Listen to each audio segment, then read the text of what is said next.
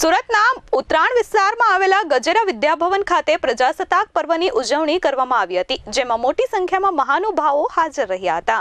ભારતના લોકશાહી ઇતિહાસના ગૌરવશાળી એવા 77મા પ્રજાસત્તાક દિવસની ઉજવણી 26 જાન્યુઆરી 2026ના રોજ માનભેર દેશભરમાં કરવામાં આવી છે. ત્યારે સુરતની વિવિધ શાળાઓમાં પણ પ્રજાસત્તાક પર્વની ઉજવણી કરવામાં આવી હતી. સુરતના ઉત્તરાયણ ખાતે આવેલ ગજેરા વિદ્યાભવન ખાતે અત્યંત ઉત્સાહ અને દેશપ્રેમભર્યા માહોલમાં 26મી જાન્યુઆરીની ઉજવણી કરવામાં આવી હતી. આ રાષ્ટ્રીય પર્વ નિમિત્તે શાળાના વિદ્યાર્થીઓએ દેશની આઝાદી માટે બલિદાન આપનાર વીર સપૂતોને યાદ કરી વિવિધ કૃતિઓ રજૂ કરી હતી. દેશભક્તિ ગીતો અને ડાન્સ સાથે વીર સપૂતોને યાદ કરવામાં આવ્યા હતા. વિદ્યાર્થીઓએ સંગીતના સૂર અને નૃત્ય પ્રસ્તુત કર્યા હતા, જે મન મોહી લે તેવા હતા.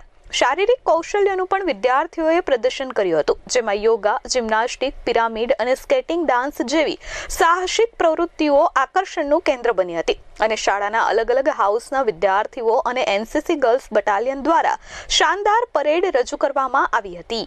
26મી જાન્યુઆરીની ઉજવણીમાં શાળાના માનનીય ટ્રસ્ટી ચુનીભાઈ ગજેરા, એડવોકેટ ભાવનાબેન સોલંકી, નૌકાદળના veteran Umesh Tiwari, Govindbhai Vada, NCC officer Satyapal sir, GST અધિકારી વૈશાલીબેન ઘેલાણી, S24 ન્યૂઝ ચેનલના Sadhanaben Savaliya, advocate Kiranbhai, advocate Ankita Patel, doctor Shilpesh Chapaneriya, આંતરરાષ્ટ્રીય બાઇકર દુરિયા તાપિયા સહિતના મહાનુભાવો ઉપસ્થિત રહ્યા હતા અને ધ્વજવંદન કર્યું હતું. આ ઉપરાંત આમંત્રિત મહેમાનોએ પોતાના વક્તવ્યો દ્વારા શાળાના વિદ્યાર્થીઓને આધુનિક સમયમાં દેશની અસ્મિતા અને અખંડિતતાને જાળવી રાખવા માટે દેશના જવાનો અને નાગરિકો શું કરે છે અને વિદ્યાર્થી તરીકે તમારે શું કરવું જોઈએ તેના વિશે પ્રોત્સાહિત કર્યા હતા.